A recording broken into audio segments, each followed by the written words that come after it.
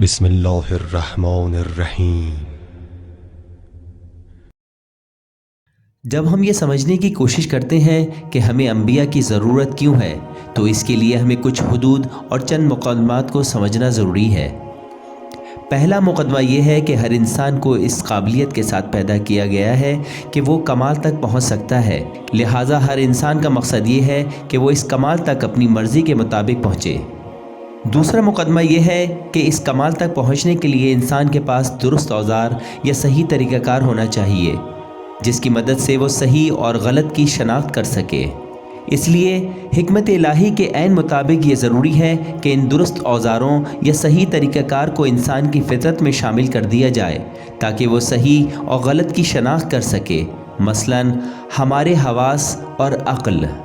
تیسرا مقدمہ یہ ہے کہ انسان کے سطحی عام حواس اور عقل کمال تک پہنچنے کے راستے کی شناخت کرنے کے لیے کافی نہیں ہے۔ سوال: اس سے کیا مراد ہے؟ جواب: خدا کی طرف سے ہمارے پاس موجود بڑی نعمتوں میں سے سب سے بڑی نعمت ایک عقل ہے۔ بعض حالات میں یہ عقل اس قابل ہے کہ خود سے یہ فیصلہ کر سکے کہ کیا صحیح ہے اور کیا غلط، لیکن اس کے باوجود یہ عقل ہمیں کمال تک پہنچانے سے قاصر ہے، کیونکہ ہماری یہ عقل اس دنیا کے بارے میں اور انسانی زندگی کے اسرار و رموز سے واقفیت کے بارے میں یقینی طور پر نامکمل و ناقص ہے۔ مثال کے طور پر ہمیں یہ پتہ ہے کہ ہمیشہ پاکیزگی و طہارت کی حالت میں رہنا اہم و پسندیدہ ہے، تو سوال یہ پیدا ہوتا ہے کہ ہماری عقل خود سے یہ نتیجہ نکال سکتی ہے یا ہمیں اس پاکیزی و طہارت کے بارے میں مزید کچھ معلومات ہونی چاہیے تاکہ ہم اس کو پاکیزگی و طہارت کے اصولوں کے ساتھ قبول کریں۔ قرآن کریم کی سورہ طٰہٰ آیت 50 میں ارشاد ہے: ہمارا رب وہ ہے جس نے ہر ایک کو اس کی خاص شکل عنایت فرمائی پھر راہ سجا دی۔ اللہ تعالیٰ نے انسان کو اس عظمت کے ساتھ پیدا کیا اور خلقت میں ایک ایسا عظیم نمونہ بنایا اور اس میں اپنی روح پھونک دی جس کے اندر ہزاروں اسرار و رموز پنہاں ہیں۔